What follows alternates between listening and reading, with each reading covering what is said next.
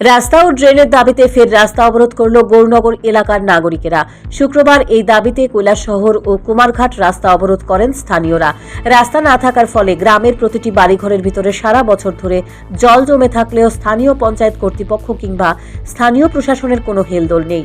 শুধু তাই নয়, ড্রেন না থাকার ফলে গ্রামের কয়েক একর জায়গা সারা বছর জলমগ্ন হয়ে থাকার ফলে কৃষকরা জমিতে চাষ করতে পারছে না।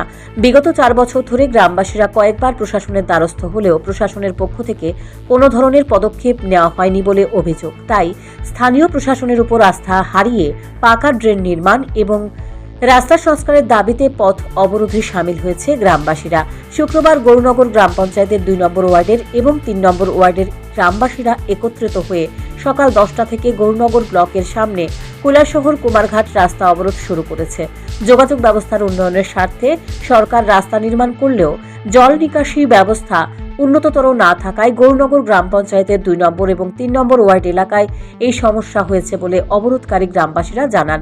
এই পথ অবরোধের খবর পেয়ে ঘটনাস্থলে ছুটে আসে কৈলাসহর থানার বিশাল পুলিশ ও টিএসআর বাহিনী। ঘটনার খবর মহকুমা শাসকের কাছে পৌঁছলে ঘটনাস্থলে ছুটে আসে কৈলাসহরের মহকুমা শাসক প্রদীপ সরকার এবং অতিরিক্ত মহকুমা শাসক নবকুমার জমাতিয়া।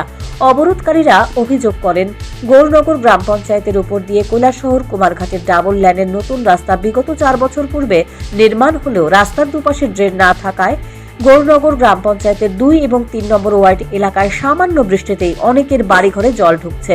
এছাড়াও এই গৌরনগর গ্রাম পঞ্চায়েতের উপর দিয়ে কৈলাসহর কুমারঘাটের পুরনো রাস্তাটির বেহাল অবস্থা। গৌরনগর যেটা আমাদের এলাকা, কৈলাসহর থেকে কুমারঘাট আমাদের রুট বন্ধ করেছি আমরা। মূল কারণ হচ্ছে 2টা সমস্যা। আমরা 4 বছর ধরে এই রাস্তা রুট হচ্ছে, আমরা অত্যন্ত খুশি এই রুট হচ্ছে, কিন্তু এই রুট হওয়ার ফলে আমাদের প্রথম থেকে দাবি ছিল যে এখানে পাক্কা ড্রেন করে দেওয়া। গৌরনগর 2 নং ওয়ার্ডের শব্দকর পাড়া যে এলাকা একটু সামনে থেকে চিরাকুটি অবধি যেন পাক্কা ড্রেন করে দেওয়া হয়, এবং গৌরনগর যেটা হচ্ছে গেটেগুটি পেরিয়ে যে রুটটা রয়েছে সুদা সার্কিট হাউস পর্যন্ত যাওয়া যায়, সেই রুটটার অবস্থা বেহাল। সেই রুটটা যেন অন্তত সরকার সেটা কাজ করে এবং এই ডিপার্টমেন্ট কাজটা করে।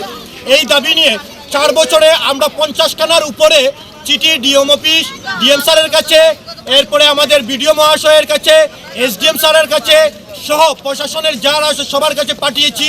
এবং আমি নিজে ত্রিপুরা বিধানসভার মাননীয় বিধায়ক টিঙ্কু রায়, আমাদের মন্ত্রী এবং বিরোধী সেনার কাছে চিঠি দিয়েছি। এবং বিধানসভায় এই কথাটা উঠেছে, আপনারা ভিডিও ফুটেজ বের করে দেখতে পারবেন যে এই বিষয় নিয়ে কথা হয়েছে কিনা বিধানসভায়। তারপরে ত্রিপুরা রাজ্যের সরকার, মুখ্যমন্ত্রী থেকে সকল আধিকর্তা সবাই জানে এই রুটের এবং এই ড্রেনের সমস্যা। এখানে প্রায় 200 পরিবার আছে যে এই এলাকার পানীয় এই জল জমাটের কারণে 4 বছর ধরে কৃষিক্ষেত করতে পারছে না। সামনে কৃষিক্ষেত এবং অনেকজনের নির্ভর এই এলাকা মধ্যবিত্ত পরিবার, যারা কৃষক খেতে যাদের নিজের উপার্জন সেখানেই। সেই নিরিখে আমাদের আজকের দাবি শেষ বাধ্য হয়ে আজকে আমরা গৌরনগর এলাকাবাসী। আধিকারিকদের প্রতিশ্রুতি পেয়ে স্থানীয়রা রাস্তা অবরোধ মুক্ত করেন। রাস্তা অবরোধের ফলে রাস্তার দুপাশে প্রচুর যানবাহন আটকে যানজটের সৃষ্টি হয়েছে। তাতে করে নিত্য যাত্রীদের চরম দুর্ভোগ পোহাতে হয়েছে। Bureau report, news prime Tripura.